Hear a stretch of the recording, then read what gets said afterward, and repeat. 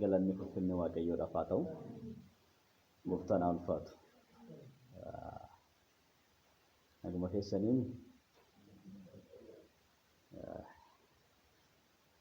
fuula waaqayyootti waaqayyoon barbaadachuun baay'ee namatti tola. Keessattuu sagantaan halkanii kun baay'ee namatti tola. Yesuusidhaaf galanni guddaan haa ta'u. Ameen ameen.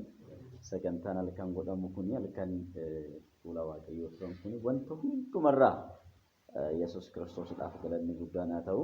Wanta biizii nama godhu kam hundumarraa iyyuu adda ba'anii biyyaaf jedhanii immoo waa'ee keessattuu mata duree waa'ee biyyaadhaaf jedhanii ta'u fuula waaqayyoo barbaadachuun kun baay'ee gaariidha. Yesuus Kiristoosidhaaf galanni guddaan haa ta'u.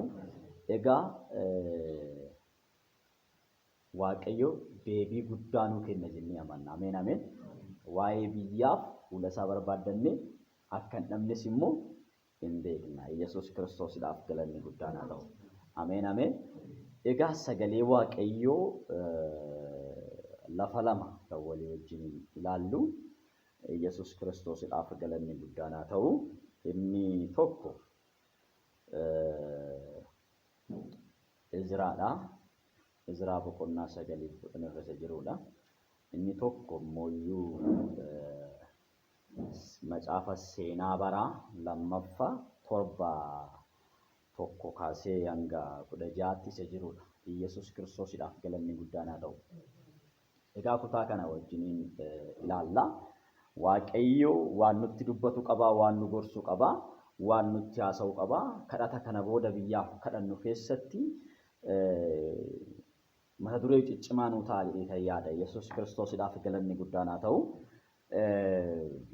Isa Izraa irratti jiru lakkoofsa 9 irra kan jiru yommuu walii wajjin ilaallu Yesuus Kiristoosidhaaf galanni guddaan haa ta'u. Akkas jedha. Kuni hundinuu erga ta'ee booddee geggeessitoonni gara koo dhufanii sabni Israa'el luboonnii fi Leewwonni iyyuu otoo hin hafin Kana'aanota, Heetota, Phereezota, Yusboota, Amoonotaa fi Mo'aabota, Gibxoota, Amoorotaa fi warra naannoo isaanii jiran wajjin isaanii jiran hojii isaanii isa ciggaasisaa irraa of hin eegganne jedha. Yesuus Kiristoosidhaaf galanni guddaan haa ta'u. Kutaa kana keessatti maaliyyoo osoo hin hafin lubootaa fi Leewwota iyyuu osoo hin hafin jedha. Keessattuu lubootaa fi Leewwonni kuni warra dura waaqayyootti argamanii aarsaa waaqayyoodhaaf dhiyeessanidha. Jarri kun jechuudha. Warri dura waaqayyootti argamanii waaqayyoof aarsaa dhiyeessan kun yoo cubbuu hojjetan sabni maal haa ta'u? Warri waaqayyoon tajaajilan yoo kufan, geggeessitoota warri ta'an yoo kufan sabni maal haa ta'u? Yesuusidhaaf galanni guddaan haa ta'u. Hundumti isaanii osoo hin hafin hojii ciggaasisaa warra naannoo isaanii jiranii walitti makatan. Itti dabalee gaa'ilaanis walitti makatan. Hojii isaanii qofa miti, gaa'ilaanis walitti makatan. Warra naannoo isaanii jiran, warra waaqayyo hin jaalanne kana wajjin, warra waaqayyo wajjin tokkummaa hin qabne kana wajjin hojii isaanii isa ciggaasisaa hirmaataniiru. Dabalees immoo irraayis fuudhanii ittis heerumsiisaniiru. Kun sakakuu haaraa keessatti iftii fi dukkanni maal tokkummaa qaba. Manni waaqayyoo fi manni seexanaa akkamitti walii galaa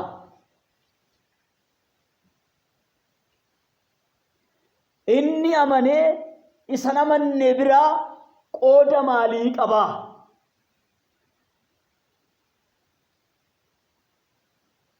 kan jedhu sana jechuudha.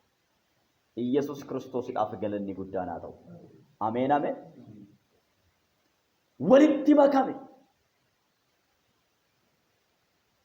sabni qulqullaa'aan saba xuraa'aa wajjiniin, sabni ifa keessa jiru warra dukkana keessa jiru wajjiniin, geggeessitoonni, tajaajiltoonni osoo hin hafin xuraa'ummaa keessatti kufan. Kun Waaqayyoon hin dheekkamsiise. Kun Waaqayyoon hin gaddisiise. Kanarraa kan ka'e Waaqayyo dabarsee harka ormaatti, harka warra isaan ajjeesanii, harka warra isaan qalanii, harka warra dhiiga isaanii dhangalaasanitti Waaqayyo dabarsee isaan kenne. Iyesuus Kiristoosiidhaaf galanni guddaan haa ta'u. Saba Waaqayyootti dha'ichas ta'u rakkina, gidiraa, dhiphina, wantoota kanaan kana fakkaatan saba Waaqayyootti wanti fidu Waaqayyo.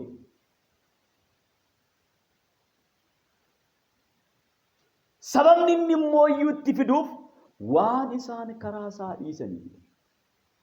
Iyesuusiidhaaf galanni guddaan haa ta'u. Baay'ee sinniqa.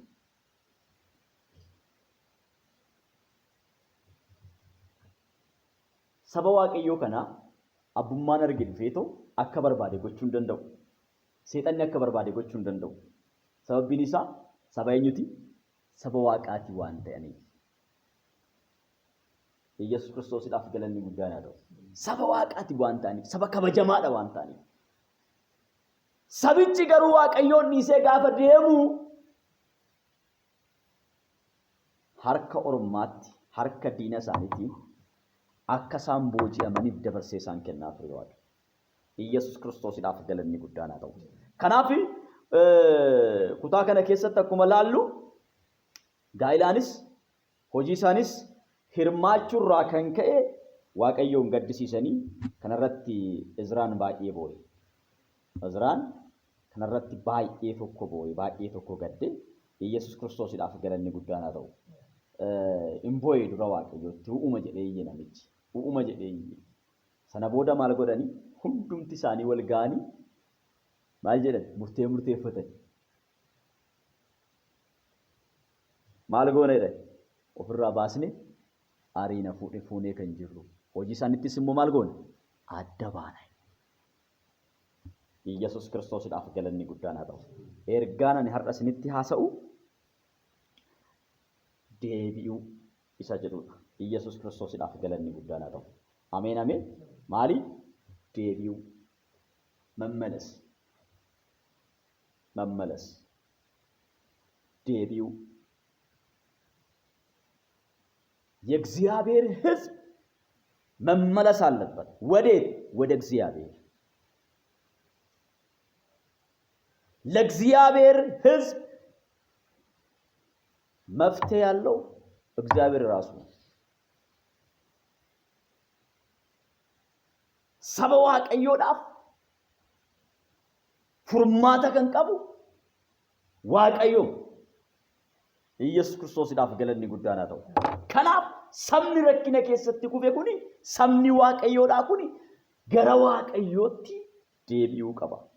Caafa seenaa baraa keessaa seennee walii wajjiniin ilaalla. Iyesuus Kiristoosiidhaaf galanni guddaan haa ta'u. Mee lakkoofsa 13 irraa kaasnee ilaalla. Macaafa seenaa baraa. Macaafa seenaa baraa. Iyesuus Kiristoosiidhaaf galanni guddaan haa ta'u. Macaafa seenaa baraa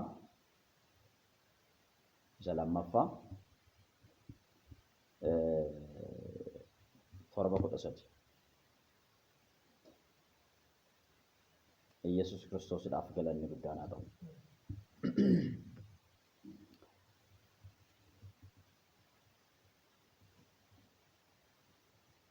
Baastanii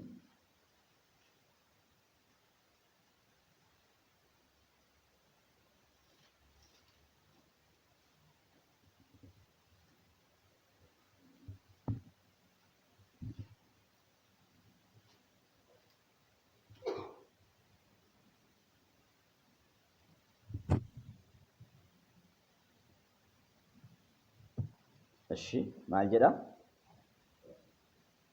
Bantiiwwan waaqaa cufee bokkaan lafarratti akka hin roobne yommuun godhu. Yesus Kiristoosidhaaf galanni guddaan haa ta'u.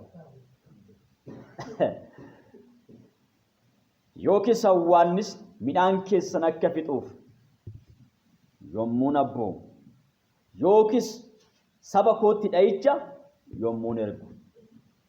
Yesus Kiristoosidhaaf galanni guddaan haa ta'u. Eenyudha kan kana jechaa jiru? Waaqayyoodhaami? Waaqayyoodha. Saba isaatti gogiinsa kan ergu bokkaarraa ittisee, saba isaatti hawwaannisa kan ergu midhaan isaanii akka jalaa fixu. 2000 hawwaannisni Itoophiyaa kan wararaa ture.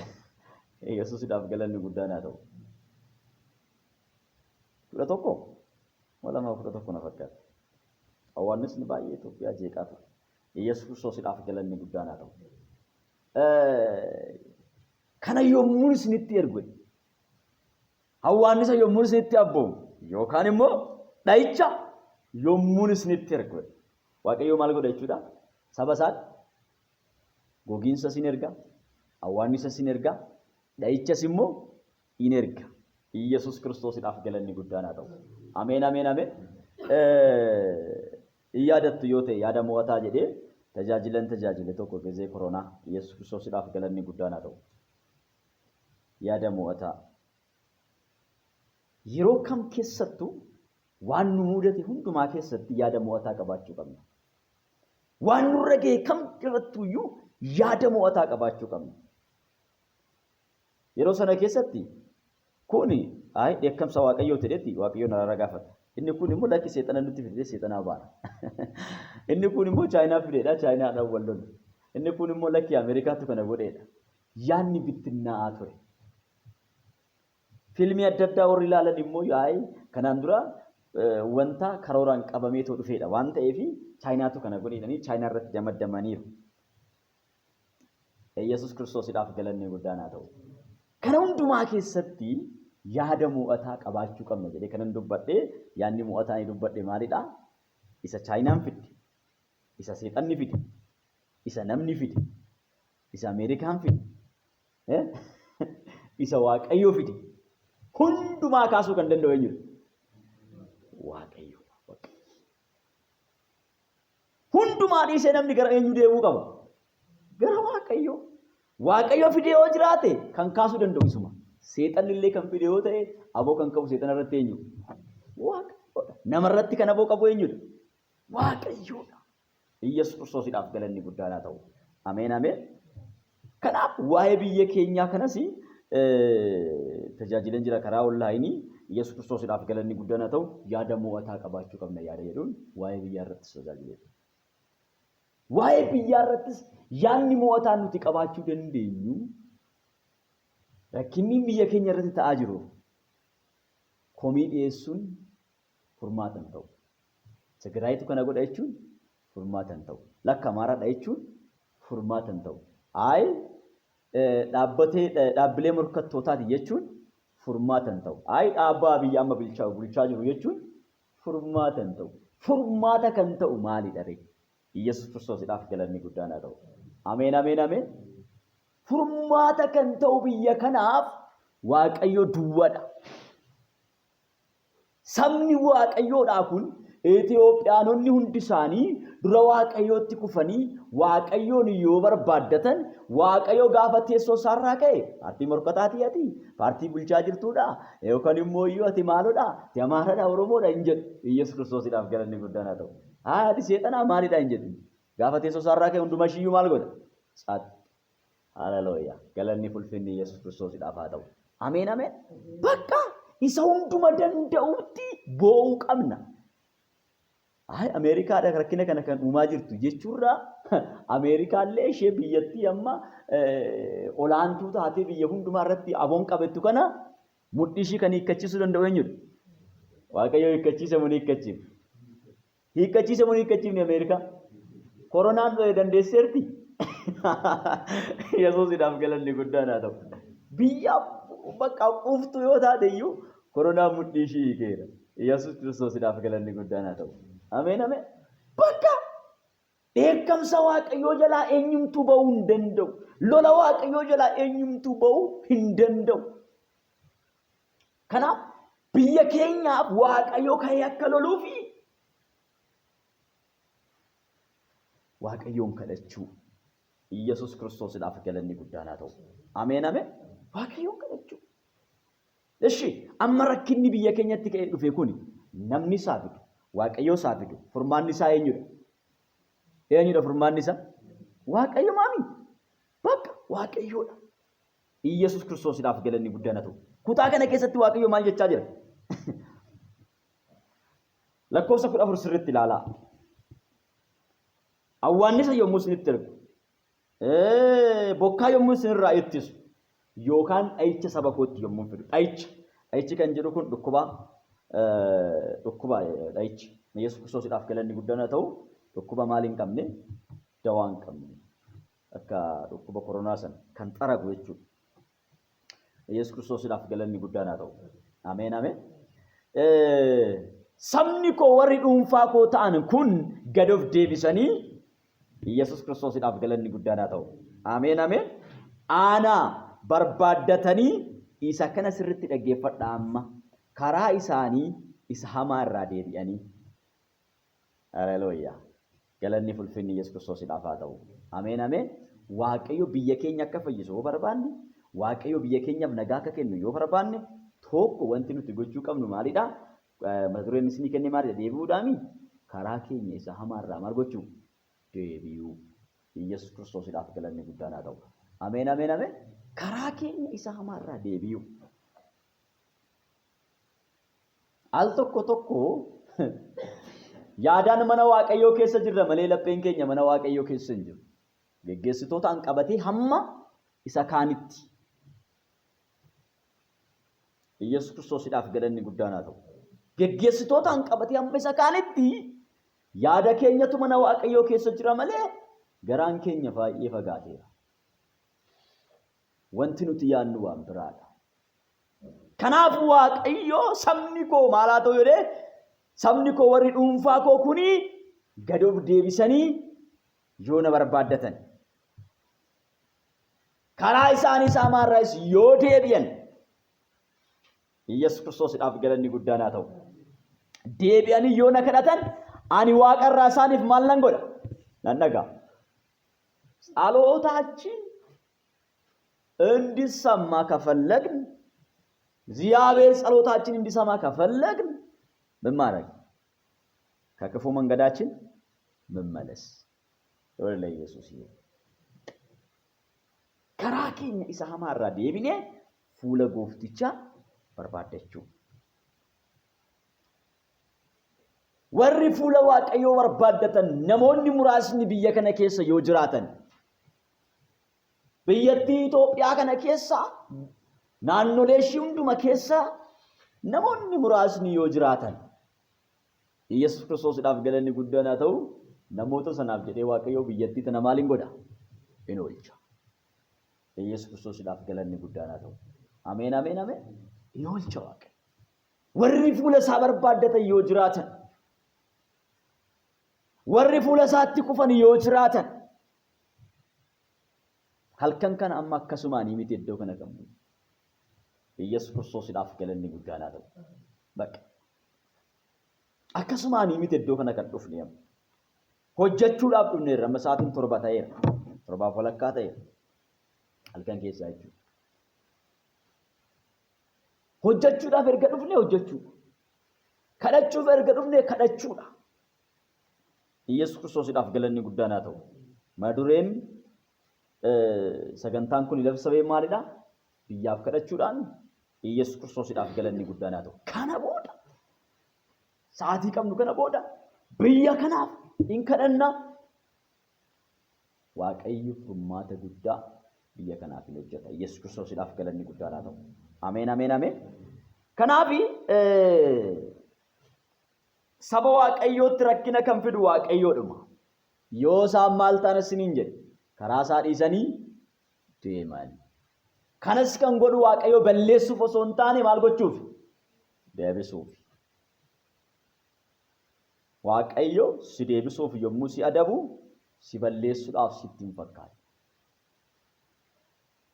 Adabni tokko Waaqayyo biraa gara ilma namaa tokkotti yommuu dhufu mucaan adabamu sun inni mucaa waan ta'eefidha. Yesuus Kiristoosidhaaf galanni guddaan haa ta'u. Ameen ameen ameen. Mucaa waan ta'eefidha. Kan mucaan taaniin adabamu.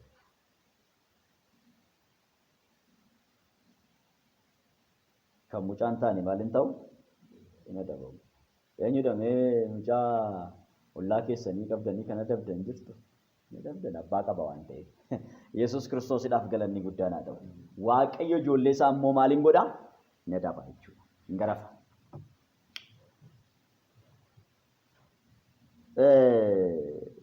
Izraa'eelatti akkuma laalle kan sin dinqisiisu kutaa san keessatti gaafa laaltan geggeessitoonni osoo hin hafin cubbuu hojjetan. Geggeessitoonni osoo hin hafin geggeessitoonni biyyaa namni bulchitoonni illee jedha. Bulchitoonni illee jedha. Warri biyya bulchanis bulchitoota qabatee tajaajiltoota qabatee hundi isaanii karaa Waaqayyoo irraa maqan. Hundi isaanii wanta Waaqayyo hin jaalanne Waaqayyoon duratti hojjetan.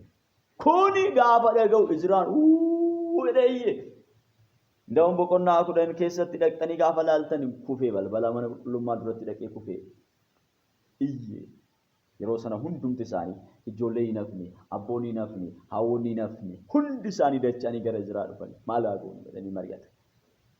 Kana booda maal godhanii fuudhanii kan of jalaa qaban dukkanoota akkuma jiraniin ofirraa ormoota akkuma jiraniin ofirraa geggeessan. Yesuus Kiristoosidhaaf galanni guddaan haa ta'u. Ameen ameen. Har'allee biyya keenyatti, mana keenyatti, jireenya keenyatti galee kan nu jeequ raawwannee geggeessuu qabna. Yesuus Kiristoosidhaaf galanni guddaan haa ta'u. Ameen ameen ameen. Humna kadhannaatiin geggeessuu qabna. Biyya keenya keessaa baasuu qabna. Mana keenya keessaa baasuu qabna. Nutti ol galee ulfina Waaqayyoo kan nu keessaa baase. Ulfina Waaqayyoo biyya keenya keessaa kan baase.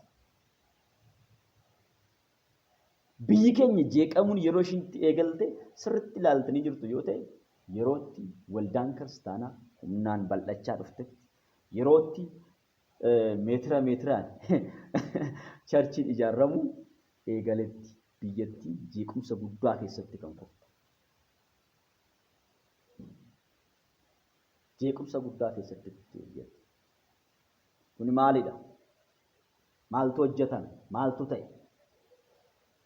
Yesuus Kiristoosidhaaf galanni guddaan haa ta'u. Ameen ameen ameen. Waatu ta'eera. Waatu hojjetameera. Daba wayitu hojjetameera.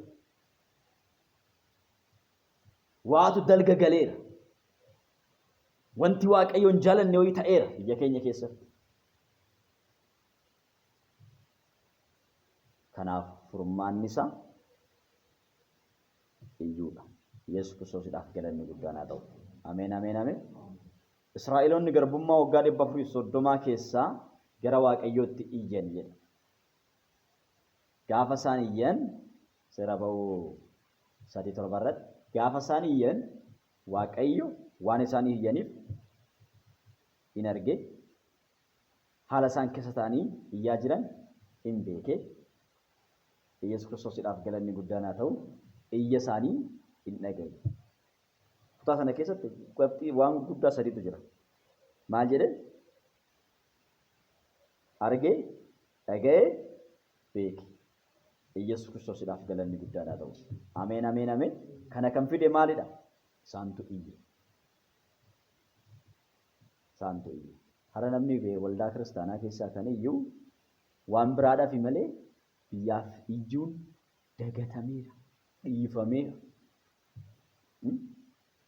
Dhiifameera.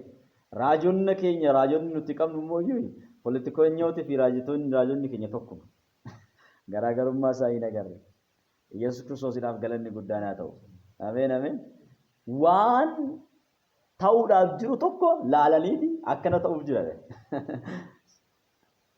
Kan politikoonyootas kan raajotaas qixxeema raawwata. Garaagarummaan hin jiru. Maaliif jarri lamaanuu maalidha? Saayikolojiidhaan haasofti waan ta'eef. Waan ta'uuf jiru wanta kanaa fakkeenyaaf amma mootummaan waraanarra yommuu jiraate achi ga'ee jira gaate achi ga'uuf jira. Kanuma hin gaawwanne waan hin geenye hin jiru. Yesuusidhaaf galanni guddaan haa ta'u. Kana miti raajiin. Raajiin kana miti. Raajota dhugaa barbaachisa. Yesuus Kiristoosiidhaaf galanni guddaan haa ta'u.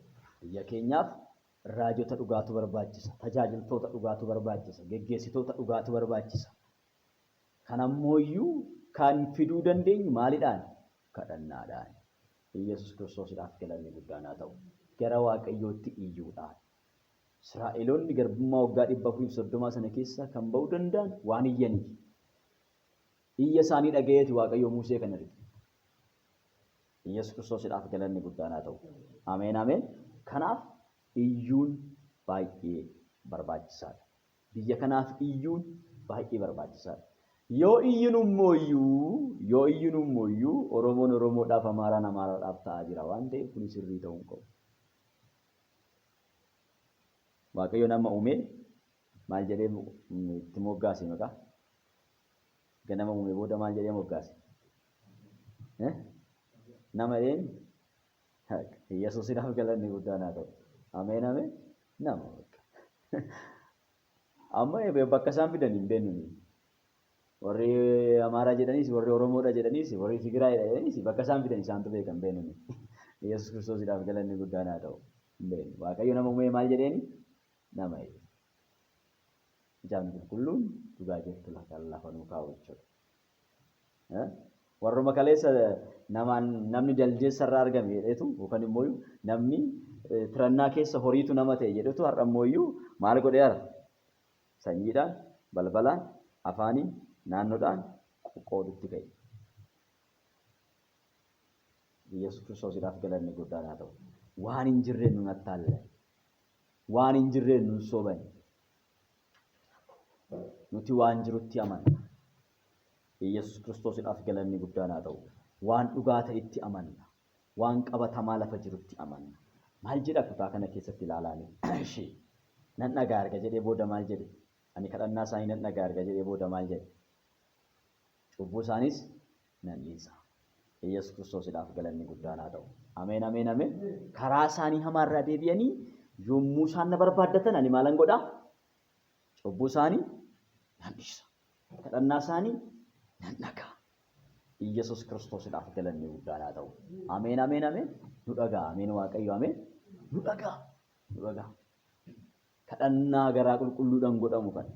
Kadhannaa humaattuun hirkanne yookaan immoo naannoo wayii adiloo hin godhanne kana Waaqayyo sirriitti dhagaa. Yesuus Kiristoosiidhaaf galanni guddaan haa ta'u. Ameen ameen ameen. Al tokko ilaala. Miidiyaas waan an hordofu Wallaggaa fayyisii ilaala. ሌላ ደግሞ ትግራይን ያድነው ይላል። አይሆንም እንደዚህ አይነት ጸሎት፣ እንደዚህ አይነት ጸሎት አይሆንም። ለሰው ሁሉ እኩል ነው። ቤተክርስቲያን በምድር ላይ ያለችው ተልእኮዋ እስከ የት ነው? እስከ ምድር ዳርቻ፣ እስከ ምድር ዳርቻ። የቤተ ክርስቲያን ተልእኮ እስከ ምድር ዳርቻ ነው። በጎሳ በብሔር በአካባቢ በዘር በቀለም በቃ ብላ የምትሰብከው ስብከት የላትም ቤተ ክርስቲያን። የምታስተምረው ትምህርት የላትም ቤተ ክርስቲያን። አሁንማ ኢየሱስ ኦሮሞ ካልሆነ እኔ ኢየሱስን አልፈልግም አለ አንዱ። ኢየሱስ ይደፍገለኝ ጉዳይ ነው። ኦሮሞ ይወንታይ ኢየሱስ አኔ ኢየሱስ ይዩማልንጎ እንበርባዱ ዮካ አንጀ ኦሮሚነቲክ የወን ናራፍረቹ ባቴ አኔ ስማን በርባዱ እንደዚህ አይነት አከናት ቆጤስ እንግጎነ ፊቴ እንጂ ተጃጅልቶት አከና ከነት ወልዳ ሴኔ ወልዳ ክርስቲያና አማላሺ ቢፈሺ ራፉት ኢየሱስ ክርስቶስ ይላፍገለኝ ጉዳና ተስ ወልዳን ክርስቲያና ከኡቀብድ ወልዳን ክርስቲያና ሶካቴ ነጋን እንዴቢያ ወልዳን ክርስቲያና ኦዱ ገመቺሳ ቀብድ ወልዳን ክርስቲያና ሰገሌ ምስራቸው ቀብድ ወልዳን ክርስቲያና ነመ ሁንዱማፍ ቅጤ ያድ ወልዳን ክርስቲያና ነመ ሁንዱማፍ ቅጤ እሚቲ ኢየሱስ ክርስቶስ ይላፍ ገለኒ ጉዳና ታው አሜን አሜን አሜን አቅ ከስ ወልዳን ክርስቲያና waaqayyo biratti maqaan nutti hin beekamnu mattaawaqaan keenya nama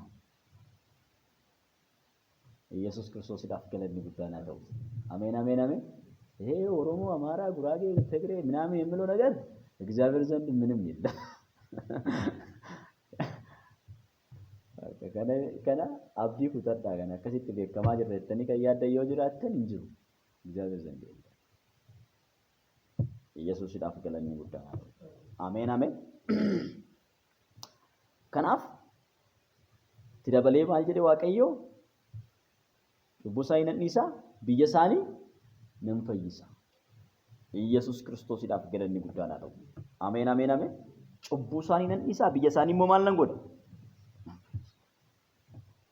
ወንት ሰበ waaqayyo ትዱፍ ሁንዲኑ waaqayyo ራይ ሰምኒ waaqayዮስ ወንተ ሰት ዱፌ ጀላ በውዳፍ ገረምት ዴቢው ቀባ ገርሞ waaqayዮት waaqayዮ ሰፊዴ waaqayዮ መቱ ካሳ ኢሰነምኒ ፊደስ waaqayዮ ቱ ካሳ isa mootummoonni waligaanii gamtoomanii fakkeenya addunyaa martitti walii galtee Itoophiyaan abaddasu jedhee hin danda'amu waaqayyo biraan taana osoo waaqayyo hin jedhin wanti tokkoyyuu hin jiru Yesuus idhaaf galanni guddaan haa ta'u eeyyama waaqayyoodhaan alatti wanti ta'u tokkoyyuu hin jiru al tokko seexanni yaada keenya fudhatee sammuu keenya fudhatee ilaalcha hin taane keessa nu gala kaleet akkana godheenaa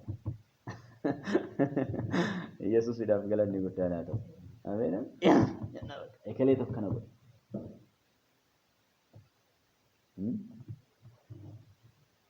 ni tokko duun tokko gammachiise kun amala ijoollee waaqayyooti waaqayyo አንዱ ነማatti ማልን ተወ እንገመዱ እኔ በሰው ሞት አልደሰትም አለ እግዚአብሔር ሐሳተኛ ከመንገዱ እንዲመለስ እንጂ እኔ በሞቱ አልደሰትም ይላል ሌላ ቦታ ደግሞ ኢየሱስ ይላፍ ገለኒ ጉዳና ታው አሜን አሜን ጅራማ ሱመ ኬሳ ሶላም ተኮ ኑት ጅብን ወይ ሶ ፓርቲ ጅብን ወይ ኬሳ ተኮሶ ዱኤ አሹ ነው እንደዚህ አይነት አጻት ጭቦ ነው የሞተ ማን ነው ሰው ነው እንደማ እንደኔ ሰው ማለት ምንም አዲስ ነገር አይደለም ሰው ነው የሞተ እኔ እንደኔ ሰው ነው የሞተ ማለት እግዚአብሔር ቃል ደግሞ ምን ይላል ምንድነው የሚለው እግዚአብሔር ወንድምን እንደራሴ ወደድ ይላል ለዛ ነው ወንድምን ነው ይለው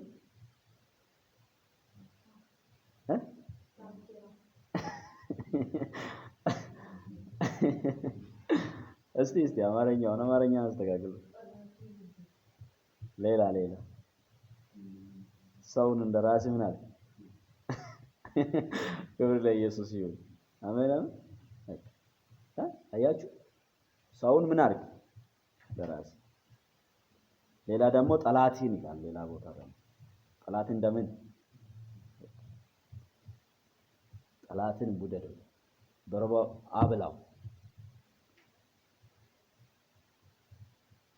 ይሄ መጽሐፍ ቅዱስ አይተመት ነው ግን እንደዛ ነን እኛ አይደለም ነው ያከስም ስለዚህ ምን እያደረግን ነው ማለት ነው አጻት እየሰራን ነው ማለት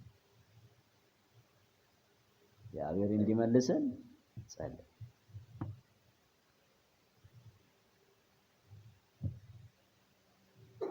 nama ofii keetti maal godhi jaaladhu isa jedhuuni walitti dheera seericha mataa guduunfeera seericha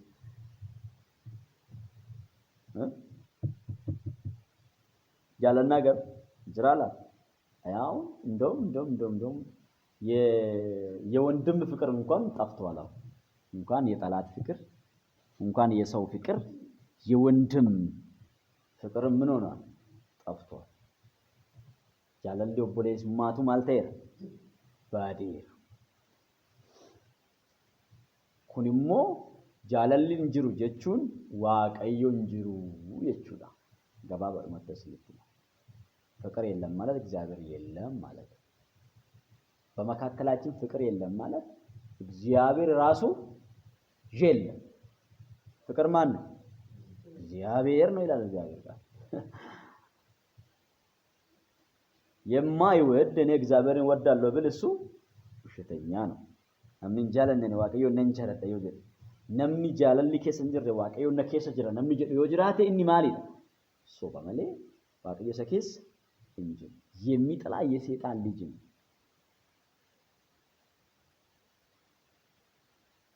ተንጅቡ ilma sheexanaati. እሺ gogiinsa awwaannisaa fi dha'icha kan ergu iddoo kanatti eenyudha? Waaqayyoodha. Ani yommuun kana isinitti ergu jedhe Waaqayyo maal godhaadha? Gad of deebisaatii gara kootti deebi'a. Ani immoo maalan godha? Cubbuu keessa isinii fannisa. Kadhata keessa isinii fannagaa cubbuu keessa isinii fannisa. Biyya keessan immoo maalan godha? Nan fayyisa. Yesuus Kiristoosiidhaaf galanni guddaan haa ta'u. Ameen ameen.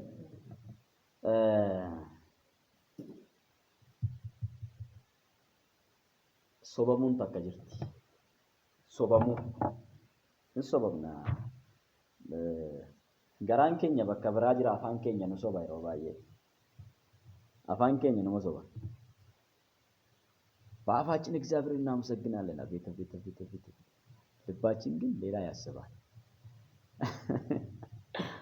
አሁን ዘመቻ በማንም ላይ ሳይሆን በራሳችን ላይ ነው።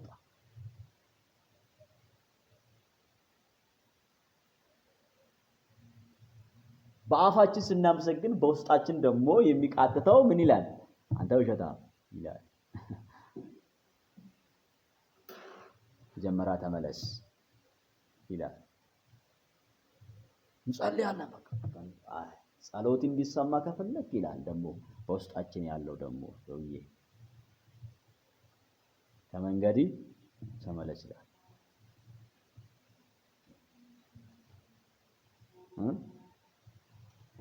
arraba dhadhaadhibatee garaatti mooyyuu albee qabatee deemadha Oromoon nama shakkuun. Yesuusiidhaaf galanni guddaan haa ta'u. Sirriidha wanni kun hin jiraami? Hin jira. Hin jira. Yesuus Kiristoosiidhaaf galanni guddaan haa ta'u. አረባ ደዳድበት አረባና ቤታ ቤታ በመላሳቸው እግዚአብሔርን ምን ያደርጋሉ? ያመሰግናሉ። ልባቸው ግን ከእግዚአብሔር የራቀ ይበቃ። ፍቅርም የምላስ ፍቅር ነው። አምልኮ የምላስ አምልኮ ነው። ሁሉ ነገር ከአንገት በላይ ሆኗል። ከአንገት በላይ ሆኗል። ውስጡን ግን እግዚአብሔር ያውቃል።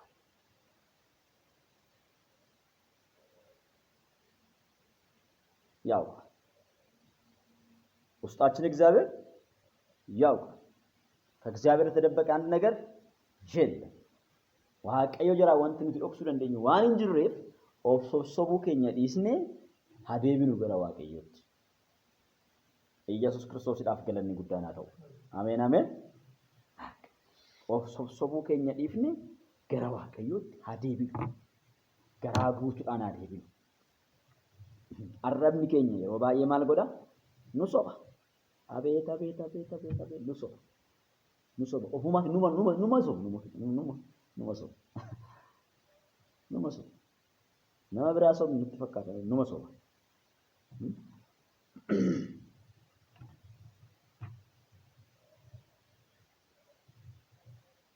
እሺ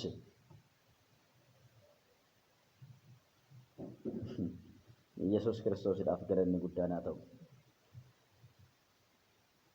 Yeroo rakkinaaf qofa waaqayyoon yaadachuun keenya sirrii miti.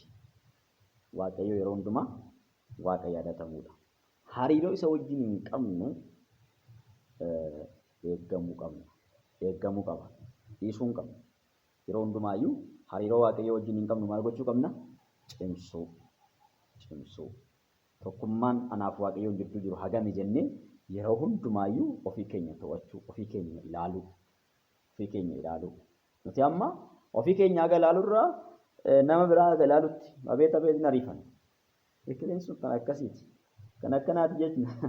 Geen inees anoo jennee osoo of gaafannee baay'ee gaariidha. Osoo ofirratti hojjennee ofii keenya osoo fayyisne baay'ee gaariidha. Yesuus Kiristoosiidhaaf galanni guddaan haa ta'u. Ameen ameen. Ofii keenya fayyisuun baay'ee gaariidha. Ofii keenya fayyisuun baay'ee gaariidha. Waa'ee biyyaatis yoo ta'e waa'ee kamiifiyyuu namni beekalee akkana godheera. Yesuus min እየሰራ ነው. Namni sun eenyu ofii isaayyuu maal hojjetaa? Wanti inni gochaa jiru sun maalidha? Of laaluun duraan dursa baay'ee barbaachisaadha. Ani maal godheera? Jaalalli dhabameera jechuurra jaalalaaf ani hojii ani hojjedhe maaliif? Biyyi diigamaa jirti jechuurra biyyi kun akka ishiin hin diigamneef hojii ani hojjedhe maaliif? ቢያንስ ጸሎት እኮ ስራ እኮ አይደለም። ጸሎት እኮ ሁሉ ጋር ይገልጣል። ወታደር ኢትዮጵያን ጫል ተቀብቱን ዱማን ጫላ ከደና ኢየሱስ ይዳር ገለኝ ጉዳና ያለው አሜን አሜን። ምንድነው የሚለው እግዚአብሔር ጋር? እግዚአብሔር ከተማን ካልጠበቀ ጠባቂ በከንቱ ይደፋ። ዋቀዩ በየተከዩ የጉባቴ እኔ ኤጎ ከሱማን ኤጋቡላ ሶሳና ሲኔገን እቺኛ ተቀምጥራሰ ከናፍ ጸሎት የኢትዮጵያን ወታደር ይበልጣል። ስለዚህ ጸሎት የሚበልጥ ኃይል ስለሆነ ከሁሉ የሚበልጥ ኃይል ስለሆነ ለሀገራችን መቼ ጸልያለሁ? እና እኮ አገር እዛ ሰው ሞተ እዛ ተፈናቀለ ሲባል እኮ ጸልየው አይደል? ቡቃዬ ዲጋሜ ጨጨቤ ወለጀሰን ይጋፈደን ከረከረና ሲን ሰንዱራው ኤሰረ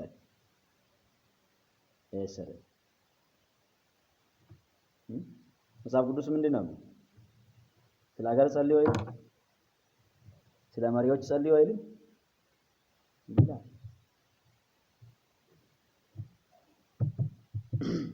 ኢየሱስ ዳፍ ገለኒ ጉዳና ታው በሩም ሰደነቲ ከሰትዩ ተርቲባን ካሜ ጅራ ሄኙ ራፋ ከዳችሁ ቆም ዘም እንደገና እንዴ ከአናን ጊዜ ጆሉማ ከኛ ጊዜ ጋር ጎፍታ ዱፍኑ ስኖ አከሰማ ይጥፉፌ ጉደቻ ዱፌ ሀጋማከታ ነው ሶላል ባይ በርባቻ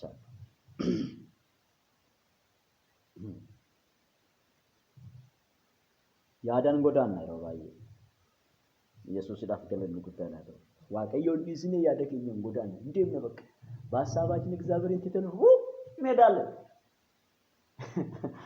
ዋቀየውን ዲብኔ ከራዴራ አርገደምኔ ቦደሰ ያደን ጌታው ይድረስልኝ ብለን ደኮን ዲብኔ ደምኔ ጋነን ድረስልኝ ይላል። ድረስልኝ ያመቀ ያምኑ ድሮዋን ዱርሲኔ ቀዳሚ ብንል አይሻለ የቱ ነው ይሻል? አረከቢ ደግሞ ነው ዱርሲ ነረከቢን ገተኒ ደመኒ ነዱርሲን ሞዩ ኦሶን ከይ ኢየሱስ ክርስቶስ ዳፍ ገለኒ ጉዳና አለው። አሜን አሜን። ከናፍ እግዚአብሔርን ጥለምሩ ከሄድን በኋላ ድረስልኝ ነረከቢ ማለት ይስተደምቴ ይላል ሱቀን ትንሽ ቆይ nadi sani deemuun maagama akka nama miidhu bari siin jedha inni Yesuusiidhaaf galanni guddaanaa ta'u. Agati sukkuumamtee bakka waggaati xumurte sana immoo ni dhufee si baasa. Baasuudhaaf illee danda'a mirga isaati. Yesuusiidhaaf galanni guddaanaa ta'u. Ameen ameen. Eshi inni kun immoo itti aanu osoo beeknu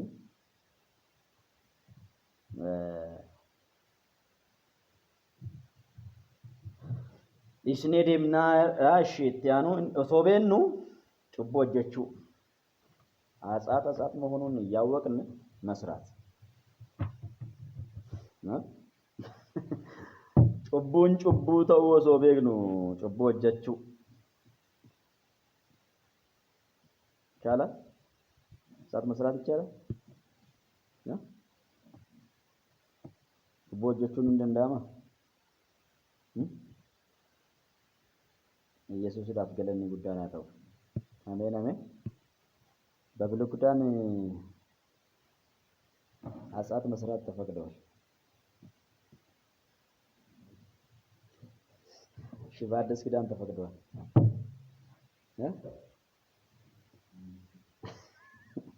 በሁለቱም አልተፈቀደም።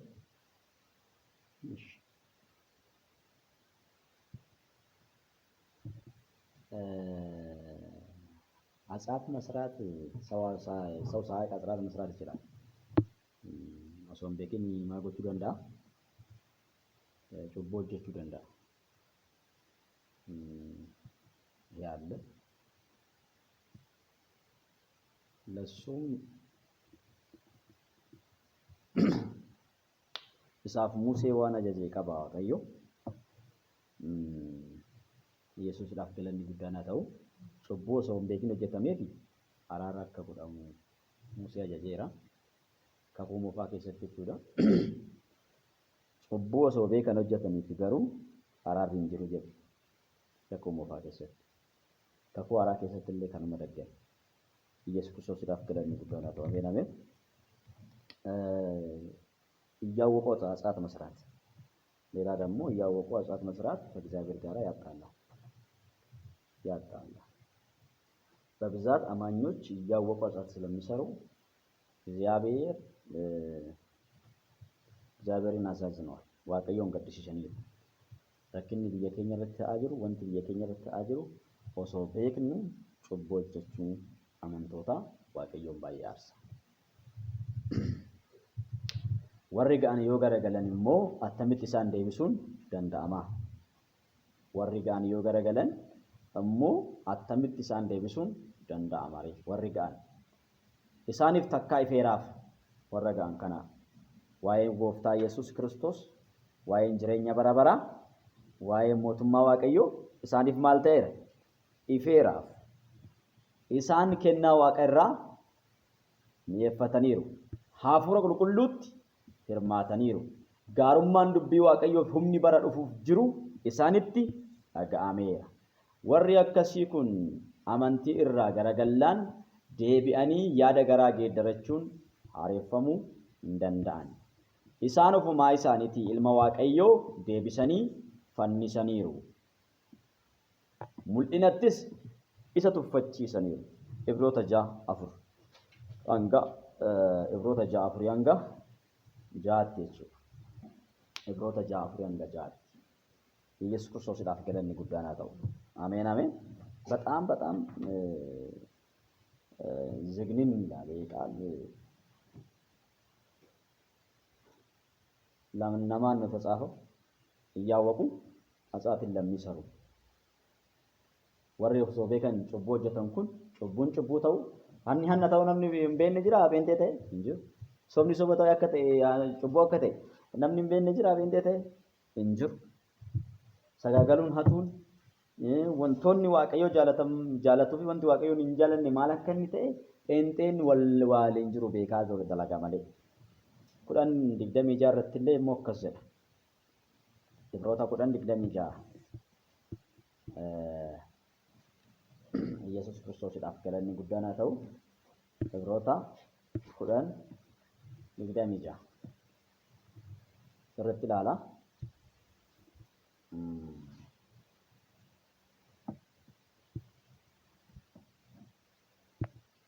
እሺ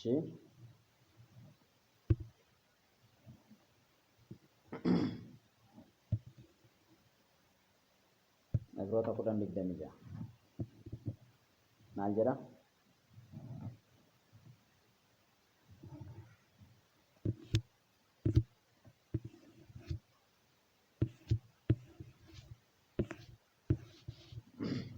Nuyi dhugaa hubannee erga beeknee booddee jaalannee beekaa cubbuu yoo hojjan nuyi dhugaa hubannee beeknee booddee jaalannee ofumaa keenya jaalaluma keenya irra kan ka'e cubbuu jaalannee beekaa cubbuu yoo hojjan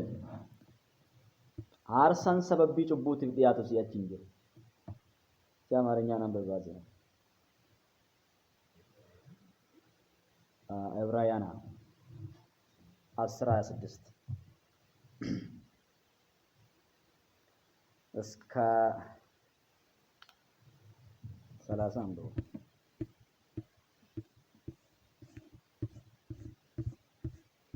በጣም የሚገርም ነው። የእውነትን እውቀት ከተቀበልን በኋላ ወደ ኃጢአት ወደን ኃጢአት እንድንኖር ከእንግዲህ ወዲህ ስለ ኃጢአት መስዋዕት አይቀርብልንም። የሚያስፈራ ግን የፍርድ መጠበቅ ተቃዋሚዎችን ሊበላ ላለው የእሳት እሳት አለ። የሙሴ ሕግ የናቀ ሰው 2 ወይም 3 ቢመሰክሩበት ያለ ርኅራኄ ነው። የእግዚአብሔርን ልጅ የረገጠ ያንንም የተቀደሰበትን የኪዳኑ ደም እንደ ርኩስ ነገር የቆጠረ ጸጋውንም መንፈስ ያፋፋ እንዴት ይልቅ የሚብስ ቅጣት የሚገባው ይመስላችሁ? በቀል እኔ ብድራትን እመልሳለሁ ያለው እናውቃለን። ደግሞም ጌታ በሕዝቡ ላይ ይፈርዳል። በሕያው እግዚአብሔር እጅ መውደቅ የሚያስፈራ በጣም ይገርማል። ኢየሱስ ዳፍ ገለኒ ጉዳና ነው። አሜን አሜን። ይሄ እያወቁ ኃጢአትን ለሚሰሩ ነው ጻፋት ኃጢአትን እያወቁ በድፍረት የሚሰሩ ለቆ እንደሚሰገል ማንጀራ ነማ ኢልማ ዋቀዮት ሚላ ጣቱ nama dhiiga kakuu isaa ittiin qullaa'e sana xureessutti lakkaa'u hafuura ayyaana namaaf kennu isa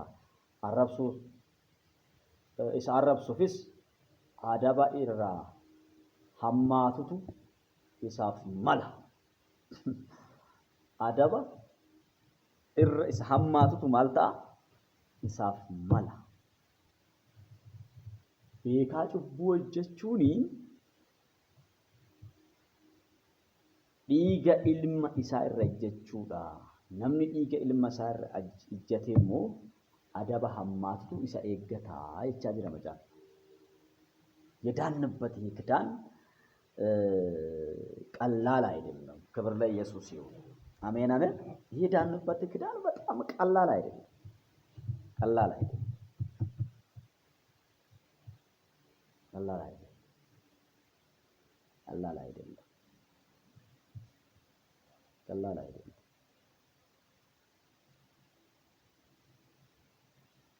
ድኜ ከዳንኩ በኋላ አጽአት እያወቅኩ ብሰራ ያው እንደ ቃሉ ነው። ክብር ለኢየሱስ ይሁን።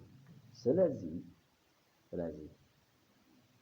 ሳታውቁ የምትሰሩት አጽአት ሁሌ ንስሐ የምትገቡ ነው። እሱ ይቅርታ ይደረጋል። ግን ይሄ እንደዚህ አይነት ጸሎት አለ። ሁሉ ጊዜ አጽአትን እየሰሩ ንስሐ መጠየቅ እግዚአብሔርን ማታለል። ሁሉ ጊዜ አጽአትን እየሰሩ መጥቶ ምን ማለት ነው?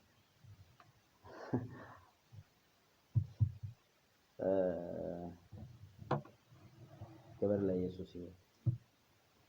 እኮ ምን ችግር አለ ታዲያ? ንስሐ መግባት ነው ይባላል። ምን ይባላል? ምን ችግር አለ ታዲያ? ንስሐ መግባት ነው። ይሄ በቃ ቀላል ነው ያደረጉት። ቀላል። ይሄስ ደግሞ እንዴት ነው ቀላል የሆነው? እግዚአብሔር የምሕረት አምላክ ነው ብሎ የሚያገለግሉ እግዚአብሔር የቁጣ አምላክ እንደሆነ ደግሞ ያልገባቸው አገልጋዮች ስለበዙ ነው።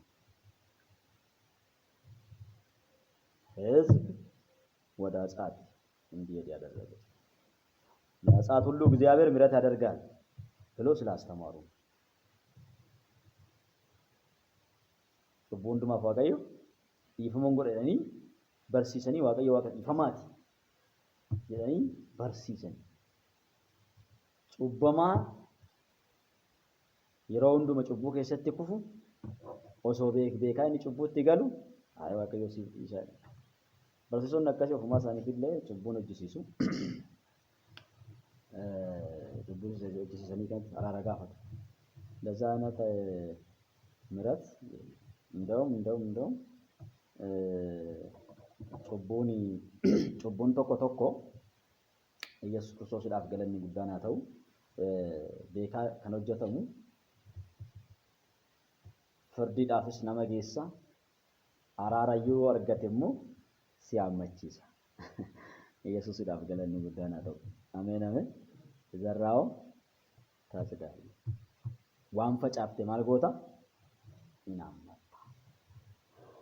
Kanaaf buloota koo waaqayyo isin haa eebbisu. Ergaa keenya irraa keessatti Yesuus Kiristoosiidhaaf galanni guddaan haa ta'u. Qabxiiwwan asirratti kaa'ee isin xumura dura. Deddeebi'anii osoo beekan cubbuu hojjetanii deddeebi'anii araara gaafachuu waaqayyoon soboota. Wanta godhaniif immoo sababa kaa'uun murtee jalaa nama hin baasu. Wanta godhaniif sababa kaa'uun murtee jalaa nama hin baasu. Addaamii fi Hewaan maal kaa'an? Sababa boficha lalee. Ishee ati naaf kennite innis sababa kaa'uun gara murtootti gaafa murtoo waaqayyootti gaafa dhufan eenyu jalaa bahe? Sadan isaaniyyuu murtee fudhatan. Boftis, Hewaanis, Addaamis. Akka ilaalcha namaatti garuu Addaamin oolu. Akka ilaalcha namaatti akka firdii namaatti Addaamin oola sila. የእግዚአብሔር ፍርድ እንደ ሰው ፍርድ አይደለም። እኔ ቢሆን እዛ ጋር አዳም ምን አደርገዋለሁ? አስመልጠዋለሁ። እንደውም ሔዋን እናስመልጣለን። እባቡ ላይ እንትን አድርጌ ማለት ነው። የእግዚአብሔር ፍርድ ትክክልና እውነት ነው። ማሊዳፍ ዱራን ዱርሴ waaqayyo maal jedheera? Nyaatiin haawwi nyaattan maal taatu? Hinduutee itti meera. Yaawwa sir. ስለዚህ የሚገባቸውን ቅጣት አገኙ።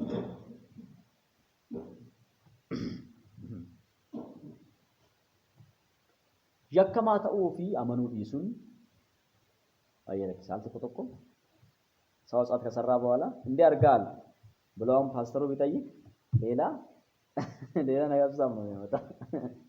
ሌላ ጥቅስ ነው የሚያመጣው አይደል? ምንድነው? እኔ ጥቅስ አለች አይደል?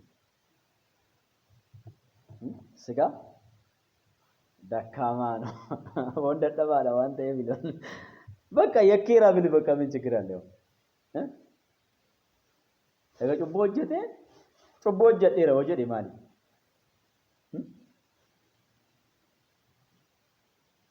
ኢየሱስ ይላፍ ገለኒ ጉዳና ተው። አሜን አሜን። አንድ ጊዜ ጌታ እንደተቀበልኩት አጻ ሰራው። እዛ ሮጬ አገልጋይ ጋር እሷል ራሴ ነው ተናዘዝኩኝ። ራሴ እንዲህ አረኩት አልኩት። ገበል ለኢየሱስ ይሁን። አከነጉሬ ያውኑ ልጆች አሁን እናገራሉ። ኢራጌሴ ወደቴ ጋፍትኝ ነው ሌላ ሰማኝ ያንደ ያን ተጠቃው ምን ነው ፈቶች ኩኒሞ ማለት ያኩማ ማኑ ዲሱን ጩቡን ደበለ ያከን ይለጣዝ ፍርድን ታነፊስ ሞ ነመቆከስ ያከማተው አመል ራሴ ሮጭ ነው የምናገረው እናዘዛለን። ኢየሱስ ይላፍ ገለኒ ጉዳና ነው። አሜን አሜን። ይመቹ አንደም ደህንነት ትምህርት ስንማር 15 ልጆች ሆነን ተማርነው። እስቲ አጻት የሰራችሁ ጨረሻ ጊዜ በሮንቶ ጩቦ ዩኒቨርሲቲ ሲያጻት የሰራ ሰው ግን እጄን አወጣው። ወደዚህ ስለሲያ የለም አንድ ሰው አላወጣም። 14ቱም ቅዱሳን ናቸው እንዳለ እኔ ራሴ ያውቀዋለሁ። እነሱን ያጻት ማለት አኖዩ Nam beeka cubbuu isaanii. እንኳን እግዚአብሔር እኔ ራሴ ብዙ ኃጢአታቸውን አውቀዋለሁ። ጸጥ ነው ያሉት። ከነዛ ልጆች ብዙዎች ወደ ኋላ ነው ተመለሱት። ከተጠመቁ በኋላ ማለት ነው። ወደ ኋላ ነው ተመለሱት። ወደ ኋላ እንደውም አንዴ የእህቴ ልጅ ነው 7 ነው ያገባው። እኔ ጋር ተጠመቀ ማለት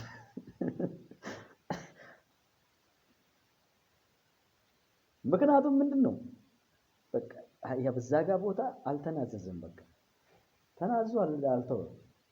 ኃጢአቱን የምናዘዝና የሚተው ይለመልማል። ክብር ለኢየሱስ ይሁን። በቃ ጩቡ ከኒመቱ ከኒሱ ማልታ ሂለተና ተጃጅሊች ወሰናችን ሰገሌ ባሲና ድብስ አኔ ከንበሮተ ባኤት ጨነቀማ ቱሬ ጋፈሰን ፎይ ደንገረ መናት ይገል ኢየሱስ ይዳብን እንደ ጉዳና ዳ ፎይ ደንገረ መናት ይገል በቃ ጩቡሳ ከኒመቱ ፊ ከኒሱ ማልጎድ ሂመቹ ብቻ ቤት ማልጎቹ ዲሱ ለመፋ ያፈሰራ ጩቡ ተጠቀም እንደዚህ በቃ ነው ጉያ ሰነን ቦቀጥ ይገል ይቹ ኢየሱስ ክርስቶስ ይዳፍከለኝ ጉዳና ዳ በጣም አስቸጋሪ ነገር ነው። ሰዱማ ሐላን ፍለተሙን ባይ በርባችሳ ሐሎት ነው ፍለታኝ ደማል ተኩቶ ረክኒ ሲፍራቴ ደማ ገመቹን ሲፍራቴ ደማ ወንቶነ ደደ ሲፍራቴ ደማ ሐሎታን ፍለተመኒ ደሙ ስሪኝ ባባተኒ ኡፊላሉ ኢየሱስ ክርስቶስ ዳፍ ገለኝ ጉዳና ተው ተሶ መሲ ቆጳ ይረንታይ በቃ ከመሲ ከነ ይረንታይ ነጥ እዱ መታይ ሲንጀደ እንታይ ከንኬበር ኢየሱስ ክርስቶስ ዳፍ ገለኝ ጉዳና ተው እዶ ኬበር በከ ኬቤክ አልተኮ መነናማ ገበሬ ገደኝ ጅራ ነርገተን የሙነቁ ወሪ ድግሲ ቀባ ነምኒ መነ ኬስ ጉቴራ ኩርሲ ገባሰኒቲ አለቲ በለበላፎ ታይ ዋኛቱ ሲከኒና ናንጀለ ኢየሱስ ይላም ገደኒ ጉዳና ተው ማሎ መነሴኒ ማለም በለሰን ዮም መነሴኒ አኩመ ነመካኒ ሴኒኛቴ ማለም በለሰኒ መነውሴ ሜዋን መንበለሰ ንቀት እኮ ነጥፈተኒ አለሞ ይማጎ ቤካ ኦፍ ቤካ አንተ ኤፊ እዶንኩም ኮንኮቲ ሚቴሪ ነከመጣፋን ባሴ ወሪ መነ ከሰለ ከዳጋኒት ነሚምቱምቱ ገረገሬና ላለ ሴኒና እንጀና አይስ ዱራፍተ እንጀደ ኢየሱስ ይዳፍ ገለኒ ጉዳና ተው ማለት ዱራፍተ በቃ ሴኒን yoomafte jalqaba soo kursi gabbaasanii alatti taa'ina hin jedhin dura mana seeniin duramte duramte Yesuus idaaf galanni guddaan haa ta'u teessoon kun iddoon kun kan gooti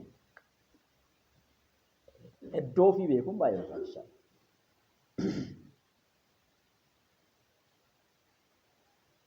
mana namaatti qacaramee hojjechuun koo xiqqaachuu miti ana xiqqaachuu miti hojiirra hin jira malee xiqqummaarra hin jiru Yesuus idaaf galanni guddaan haa ta'u ana hojiirra jira ilaalchi koo hojiirra hin jira malee xiqqummaa keessa hin jiru kan immoo iyyuu nama bakka wayiitti gadi bu'ee wayii jiru natti isaaniif Yesuus Kiristoos idaaf galanni guddaan haa ta'u al tokko tokko eenyummaa keenya kan xiqqeessu numaadha of kabajuun baay'ee barbaachisaadha Yesuus Kiristoos idaaf galanni guddaan haa ta'u ala nan beekani malee inni na keessa jiru incaala Yesuus idaaf galanni guddaan haa ta'u ameen ameen ani mucaa Yesuusi ani mucaa